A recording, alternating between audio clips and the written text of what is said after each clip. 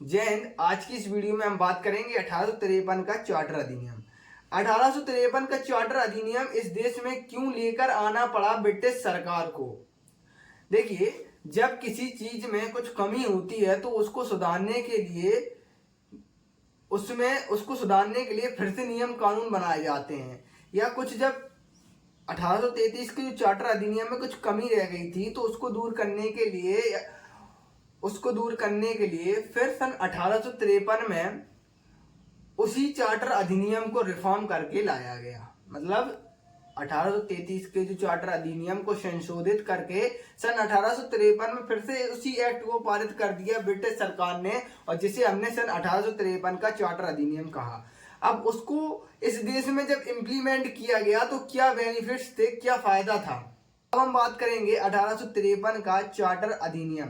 देखिए, 1853 का चार्टर अधिनियम क्यों इस देश में लेकर आने पाए, इसको समझते हैं। देखिए, जब मैंने आपको बताया है कि जो ब्रिटिश ईस्ट इंडिया कंपनी है वह इस देश में केवल व्यापार के उद्देश्य से आई थी। जब उसने इस देश में देखा कि इस देश की जो जितने भी देसी रियासतें हैं वे आपस में ही लड़ती हैं, झगड़ती हैं, तो उसका ब्रिटिश ईस्ट इंडिया कंपनी ने बहुत ही अच्छे से फायदा उठाया, और इस फायदे के चलते उसने इस देश पर धीरे धीरे अपना शासन बना लिया। जब उसने अपना शासन बना लिया तो उसने जगह जगह अपनी प्रेसिडेंसी खोली। प्रेसिडेंसी मीन्स उन्हें निवास बना लिए अपने, जैसे मद्रास प्रेसिडेंसी, मुंबई प्रेसिडेंसी और बंगाल प्रेसिडेंसी।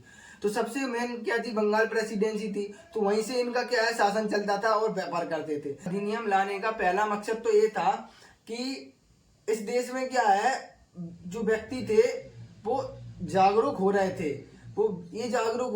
वो ये समझने लगे कि हमें भी अपने देश को चलाने का अधिकार मिलना चाहिए, या हमें भी उन लेजिस्लेटिव काउंसिलिंग या लेजिस्लेटिव असेंबली में बैठने का अधिकार होना चाहिए। हम भी अपने देश के प्रति कुछ कार्य करना चाहिए, हमें अपने देश के प्रति कार्य करना चाहिए। तो इस उद्देश्य से कुछ जो व्यक्ति थे उन्होंने इस तरीके के क्या कार्य किए कि इस एक्ट के थ्रू सबसे पहले सिविल सर्विसेज का शुभारंभ हुआ। मतलब एक्ट के थ्रू सबसे पहले सिविल सेवकों की भर्ती का प्रारंभ हुआ कि हाँ, इसी एक्ट के थ्रू सबसे पहले सिविल सेवकों के चयन शुरू हुआ था। और उसके बाद इस सिविल सेवकों की खुली चयन भर्ती कर दी गई। मतलब अब कोई भी सिविल सेवकों के थ्रू क्या होता था, पेपर होता था, उस पेपर को देकर देश के नागरिकों के लिए भी खोल दी गई थी। सबसे अच्छा अपॉर्चुनिटी थी हम लोगों के लिए।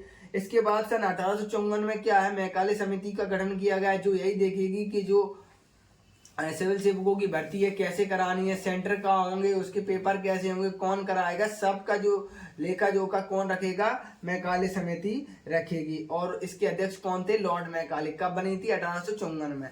गवर्नर जनरल की परिषद के जो विधायी कार्य थे, जो विधि संबंधित कार्य थे, कानून बनाने के कार्य और एडमिनिस्ट्रेटिव वर्क्स जितने भी थे, शासन करने वाले काम, उनको अलग अलग कर दिया गया। इसमें प्रथम बार केंद्रीय विधान परिषद में स्थानीय प्रतिनिधित्व को महत्व दिया गया। मतलब पहली बार केंद्रीय विधान परिषद मतलब सेंट्रल लेजिस्लेटिव काउंसिल में पहली बार जो जितने भी स्थानीय प्रतिनिधित्व थे, स्थानीय जो नेता थे, उनको भी उस काउंसिल में बैठने का प्रावधान किया। तो इस तरीके से था कुछ चार्टर अधिनियम। आज का शासन गवर्नमेंट ऑफ इंडिया एक्ट को हम अगली वीडियो में पढ़ेंगे। So thank you for watching.